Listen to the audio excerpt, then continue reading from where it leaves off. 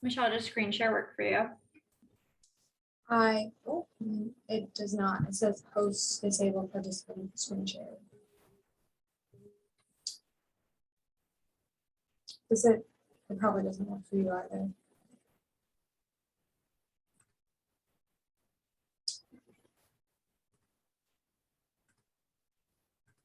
I just changed it. It should work now. Okay, perfect. Yes, I think it does. Great.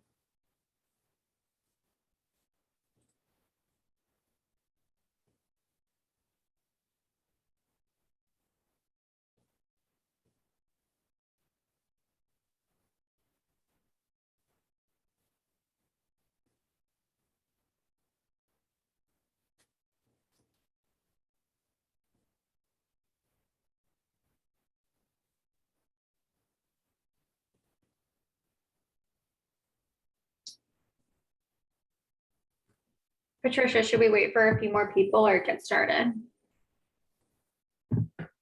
I think we should wait a few more minutes just so people can join on.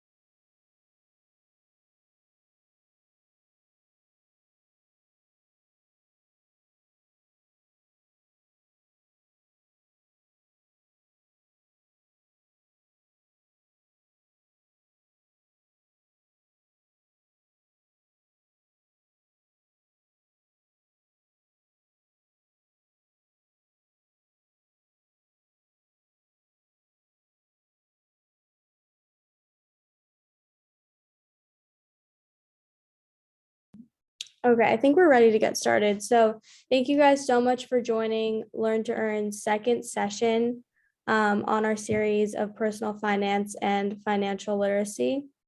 The topic of tonight's session will be an introduction to the stock market and careers in finance. And tonight's speakers will be Li and Sonia Parekh from Longitude Capital, which specializes in making venture growth investments in biotechnology, medical technology, and health solution companies that seek to improve clinical outcomes, enhance quality of life, and reduce system costs. Michelle and Sonia will be presenting a PowerPoint slide deck followed by a Q&A at the end of the session. Please make sure that your mic is muted and that you're paying attention and ready to ask questions if you have any at the end. Thank you so much. I think we are now ready to begin. Perfect. Well, we're really excited to be here today. Michelle and I can go ahead and give quick introductions, but we've done a few of these before, and generally the more interactive it is, the more fun it is for everyone. So to the extent you have questions in the middle and want to interrupt, we're happy to have discussions live. But with that, I'll give a bit of a background. So I'm an associate at Longitude. I've been with the fund for about 1.5 years. And prior to that, I worked at Credit Suisse in healthcare investment banking for about 2.5 years. And before that, I went to Columbia undergrad. I majored in econ. I did a business concentration, and I grew up in Singapore. Hi, everyone. I'm Michelle. I'm also an associate on the biotech team at Longitude. I've been with Longitude for about 7 months.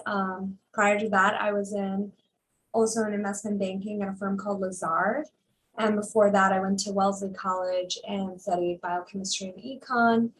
And I grew up right around here in Westchester. Perfect. Well, we wanted to give you guys a bit of an intro and overview of finance. I think you probably have some familiarity from whatever econ classes you're taking, but at least in my experience, I've always found that academic econ and finance tends to be very different from what you actually end up doing career-wise and a little bit more of the practical side of things. So that's what we're here to shed some light on today. With that, we just wanted to give a quick introduction of the 3 different kinds of finances, big overarching pillars. So with personal finance, we're really looking at credit cards, insurance, mortgage. Think about like your PayPal or your Venmo transactions, more peer-to-peer, very centric to what you're doing.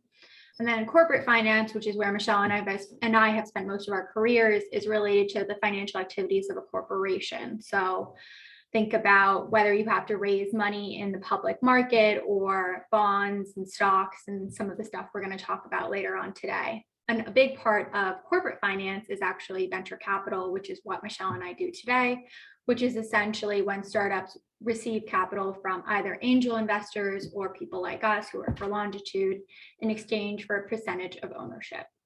And then finally, there's public/government finance, which I'm sure you're all very familiar with, which has to do a lot with taxing, spending, budgeting, a lot of the policies, monetary policies that our Treasury Department handles. Great.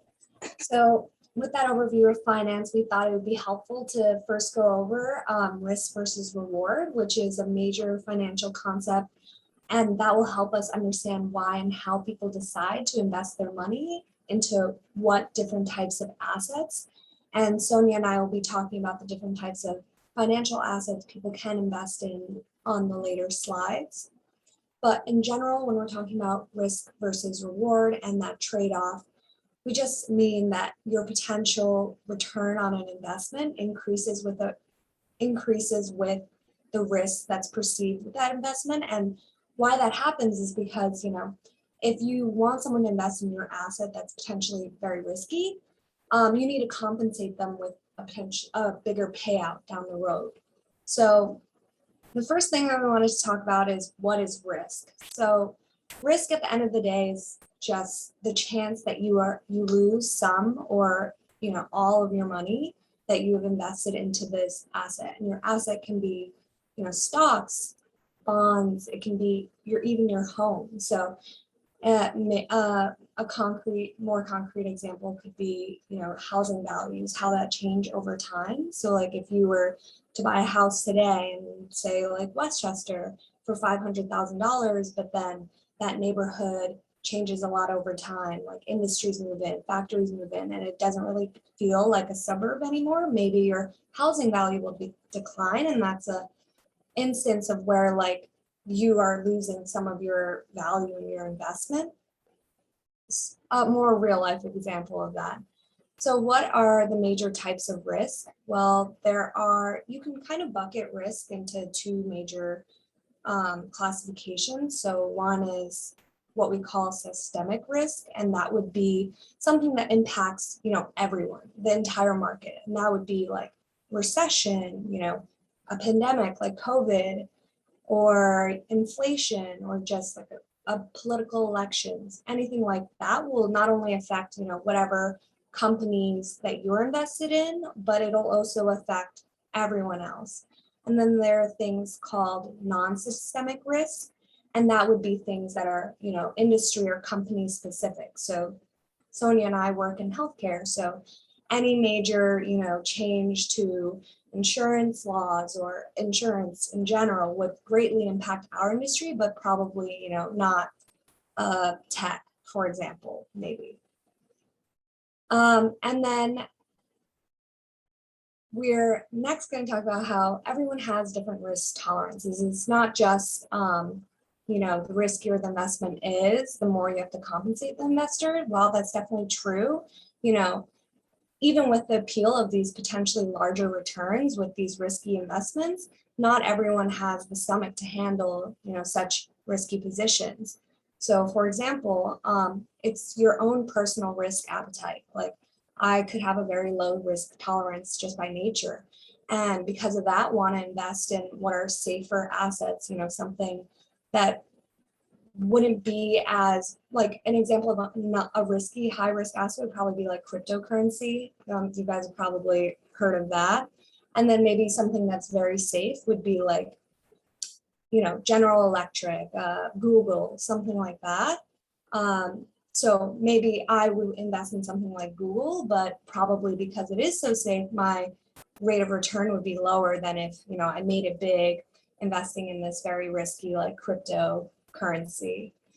But on the other hand, there are people maybe like Sonia that have higher risk tolerances and they want to invest in all these, like, for example, we're both in VC, like early startups.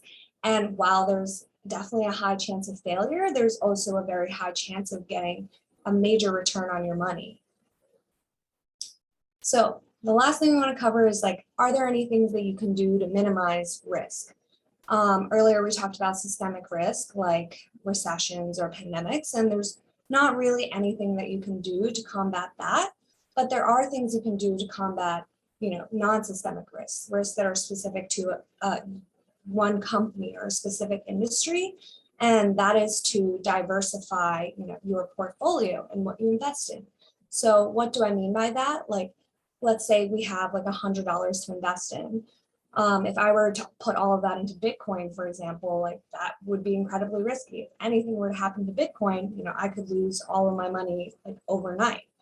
But say I wanted to diversify that portfolio, my portfolio of $100, I could put $10 into Bitcoin, but then another $10 into Pfizer, or like another $10 into General Electric, and so on. And that sort of balances out the swings in a specific industry. Does that make sense? Or does anybody have any questions? Okay. So earlier I mentioned that Sonia and I were going to be talking about the different financial instruments that you or anyone could invest in, and one of these is bonds. So what is a bond? A bond represents a loan made by you, the purchaser of the bond, to the borrower, and the borrower can be corporations, and it can also be, the government. So why do they need to borrow money from you? Well, corporations sometimes need money to expand their business. Governments definitely need money, like our government is in a lot of debt. Well, it also borrows from its own citizens to pay off interest on that debt, or to even build, schools, dams, roadway, everything like that. So that is a bond, that loan, and that's what the money is being used for. So the bond issuer or the borrower, which would be, the government, for example, will issue a bond to you that allows them to borrow, let's say, $100. In return, you will receive interest payments on that $100. And then at the end of the bond, the maturity date, you will get all of your money back. So not only will you get your principal back at some future date, but you'll also be getting these interest payments along the way. So that is like conceptually what bonds are, and they are generally considered safer than other financial instruments, like Sonia will talk about stocks shortly. And that is because this is sort of like a loan. Like at the end of the day, the company or the government promises to pay you back this money, which is why it's safer. I mean, this is the US government. It's one of it probably won't default on, whatever bond it issues to you. And because it is safer, it is also has a lower rate of return compared to stocks, which Sonia will get into on the next slide. Perfect. I get the fun one, stocks. But essentially, I'm sure you're all pretty familiar with the stock exchange, but just to be sure, I think you can think of the stock exchange like one giant auction system. So the whole point of the stock exchange is to match buyers to sellers and then keep the traffic flowing of stocks. So you'll hear about the volume of a stock being traded, and that's essentially the traffic that's flowing between buyers and sellers. And then they also report data on trades, so investors can figure out what the market's doing, what are different market trends and movements that they want to potentially act on. And one important thing to understand, which I actually, honestly, a lot of this stuff I didn't even learn in college, so I think you guys are way ahead of the game, but is understanding what your interaction as a personal investor is with the stock market. So most of the time you'll work with a broker, and your broker will actually execute the trade on your behalf. You wouldn't directly interact with the exchange. So you can think of an app like Robinhood, which has really democratized access to the market. And so it's been pretty revolutionary for people your age, people our age, especially without having to go through that entire broker system. And in theory, you can actually execute trades faster. So that's what the bottom right graphic is meant to represent, and it flashes. And then on top of that, so there's two big stock exchanges, the New York Stock Exchange and the NASDAQ. I think what's important to know there is that you only can trade stocks that are listed on those exchanges. And so there's an entire process that goes into a company being listed on these exchanges, which is actually a process that Michelle and I are both very familiar with from our banking days, and actually also from our venture capital days. So I'll give you guys a little bit of a perspective on that. But essentially, when a company goes public, they file an S1, which is a document that they file with SEC, and they get listed on a stock exchange. And now they're publicly traded. So you can buy ownership, I can buy ownership. Up until the point where they're publicly traded, you would have to be in the private capital markets, which is what Michelle and I do. So we work with companies to essentially build over 4 to 5 years, whether it's through financing rounds, or we help them with business development, looking at potential companies to acquire, potential indications. If it's a biotech company, what's another indication that you could pursue with the drug or the molecule that you're working with. So we help them really build themselves into a company that would be exciting for investors like you guys to invest in. And then we take them public. And that's a process that's really exciting, really fun. And then on the banking side of it, we actually do a little bit more on the administrative side. So we'll help write the document that goes to the SEC. And we help more on the company side of actually taking the company public from an administrative perspective.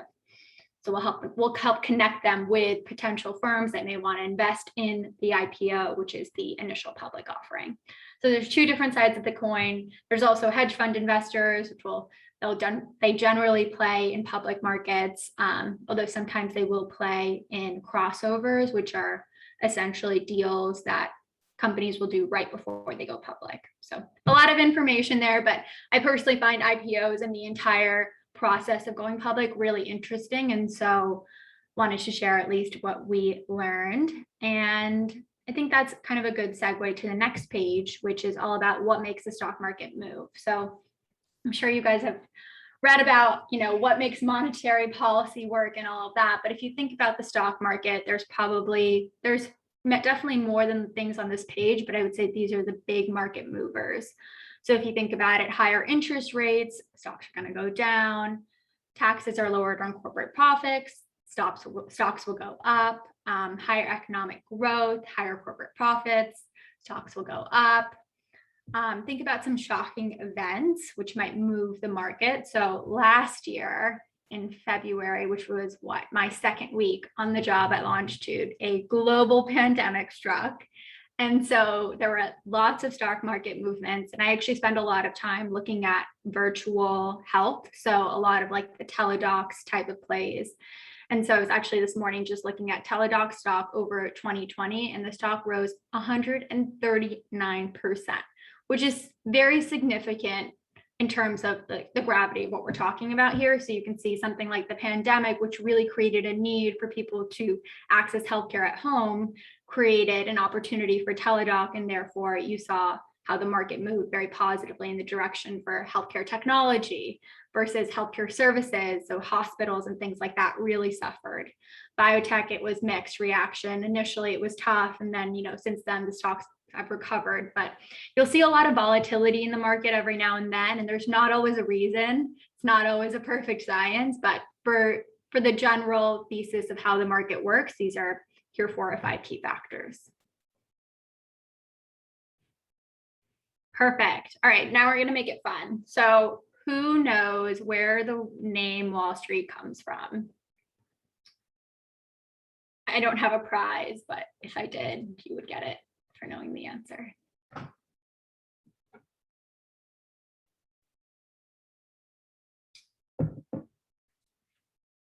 Please don't Google it, although it would take about 5 seconds to Google. Okay, I actually thought this was pretty interesting. So it's actually named after a real wall. So in the 17th century, Dutch colonists actually built a wall in Lower Manhattan to defend against an invasion from the British. But it wasn't until 100 years later that it did become a financial hub. And now actually a lot of financial institutions are in Wall Street, but I would say for the most part, they're in Midtown. So it's pretty interesting that people still associate Wall Street with being a financial hub. But I would say for the most part, a lot of the institutions that you guys will likely interact with, so big banks, VCs, hedge funds, all of that tend to be around the Grand Central area. Perfect. Should we keep moving? Careers in finance. Michelle, it's all you. All right. Okay. So earlier when Sonia and I were introducing ourselves, we talked about, first we were in investment banking, now we're in venture capital. And you'll often, well, maybe not now, but later on, you'll hear terms like sell side and buy side. And people it is that investment banking is considered the sell side. And now Sonia and I are on the buy side in venture capital. And what that means essentially is sell side investment banks are essentially like brokering, transactions. Okay, actually, maybe I should just take a step back for a moment. So we can look at this graphic and show like the flow of money from the buy side, like Sonia and I were talking about. Sonia mentioned how, we'll invest money into companies for a percentage of ownership. And that's why, the money is flowing to these corporations. And then shares or ownership are flowing back to us. And the sell side sort of helps facilitate this transaction occasionally. So they're providing a service by helping, these transactions occur. And because of that, they get fees or money. And so that's what Sonia and I did in our last job in investment banking. And that's why it's called the sell side, because they make money on helping these transactions flow along, versus now we're on the buy side where, we're buyers, we're buying ownership in these companies. So there's a range of jobs in the sell side versus buy side. Sonia and I did investment banking on the sell side, but investment banks are so big, especially what we call bulge brackets. Like, I don't know if you guys have heard of Bank of America, JP Morgan, Goldman Sachs. Those would all be considered bulge brackets, and they have multiple arms. Sonia and I did mergers and acquisitions, M&A, which is when we help one company buy another company, or one company sell itself to another company. But there's also equity research where people can cover different companies and like learn a lot about the space, and they'll publish reports that people will pay a lot of money for to get expertise on X company or like X space. For the buy side, we're in venture capital. The next session, we'll talk a little bit more about venture capital, but there are various number of funds, private equity, and it really is just about when the stage that you're going to invest in this company. So venture capital tends to be on the earlier side. Private equity tends to be investing in later stage companies. But broad strokes that obviously there are tons of careers in finance. And this is just a small sliver snapshot, but I think it's a good broad overview of what potentially could be out there. All right. And then with that, I think we did cover a bunch of topics today. We tried to give you guys a little bit of an overview of finance and a little bit of our career paths there, but we're happy to answer any questions, whether it's about, how we ended up where we are, about some of the more fundamentals around the stock market or bond market.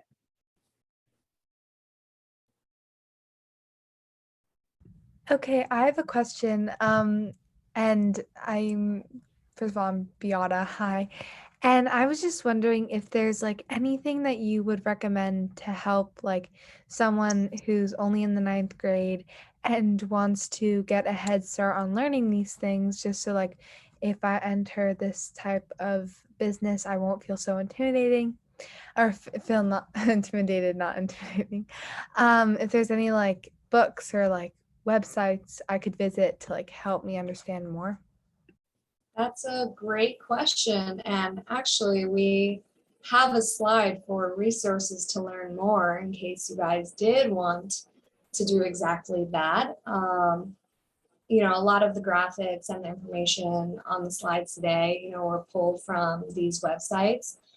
And we kind of listed out, what the resources would ideally be used for. So like if you wanted to learn at a high level some financial concepts, Investopedia is a great site. I even use it now sometimes.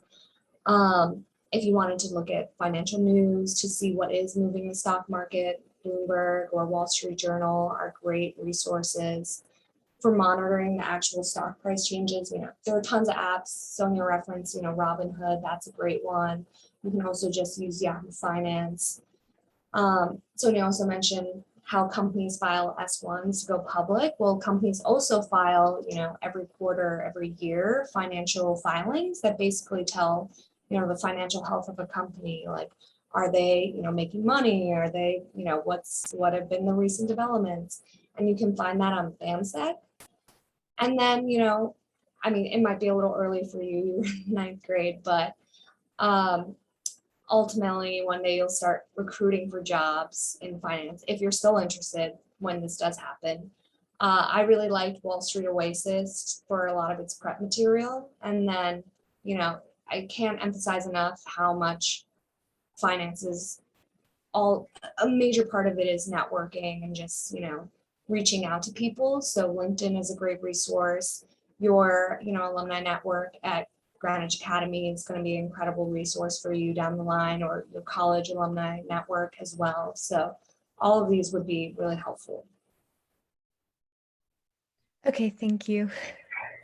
I would say one other fun thing that kind of got me into trading was doing a little bit of, it's like a simulation. You can find a bunch online, but you essentially would go in and you make a fake portfolio and you can buy Apple and Google and Pfizer or whatever you think is interesting. And you can actually watch that portfolio over the next 3 months. And that's actually, at least for me, that was really fun and exciting I wasn't a day trader, but I would go on every couple of weeks or a little more often than that, and see how my portfolio was doing. And I did that just to develop a sense of confidence before actually trading real money, because obviously stakes are higher, your risk appetite changes, as Michelle mentioned. So that was one thing that honestly helped me figure out that I really liked investing as something I would want to do as a profession as well. Perfect. Can we answer anything else, Isabel?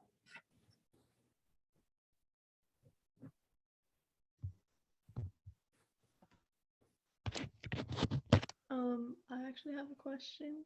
So when you were talking about the risk return trade-off before, how do you think index funds would differ from like investing in stock based on the risk return?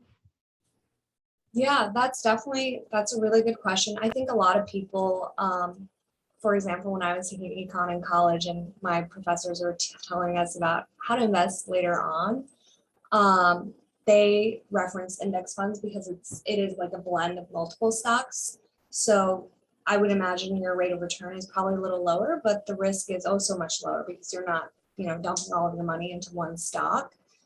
But I would imagine it's also probably provides a higher rate of return than bonds likely. So it's like a good balance between, I'm going to monitor these companies every single day. I'm going to know everything about them and put all my eggs into, a couple baskets, versus you still want the return of the stock market versus not wanting, the stress and also needing to know everything about those companies all the time. Does that make sense? Yeah, thank you.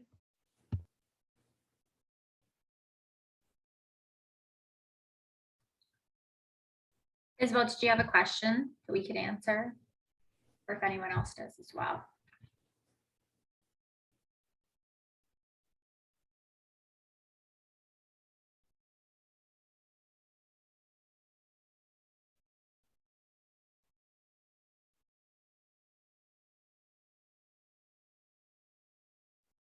Mary, do you have a question we can answer? Yes, I was actually just a little bit confused on how the stock exchange, like what the watch buyers and sellers, like what is that about? The watch buyers and sellers? On like the stock exchange slide, there was like something about like I think it said, yeah, or match, sorry, that's what I meant to say. Right. So when you trade a stock, you need a buyer of the stock and then you need a seller of the stock. So it's essentially the auction house that connects the seller to the buyer. It's really, think of it like an intermediary that's going to make it so that you can buy the stock, because you need someone to want to sell it. It's like the barter system at its most basic level. Okay, thank you. Sorry, I didn't know I was Isabel. I'm using someone else's laptop, so I didn't know that was the name. Sorry. No problem. I was wondering, could you explain the 3 different types of finance again? Sure. So if you think of personal finance, that's more on the credit card. So things that you would do to sustain your own livelihood, whether that's, Venmo payments or your insurance, your mortgage, things like that. And then if you think about it, if you take that personal finance perspective and you apply it to a massive corporation, which can be anything from a Longitude to a Pfizer, that's all about how does this company raise money, or how do they finance their operations. Anything on a corporate level would be considered corporate finance. And then public finance is, our treasury department, what's monetary policy, budgeting, all of our debt policies, taxes, things like that. Thank you.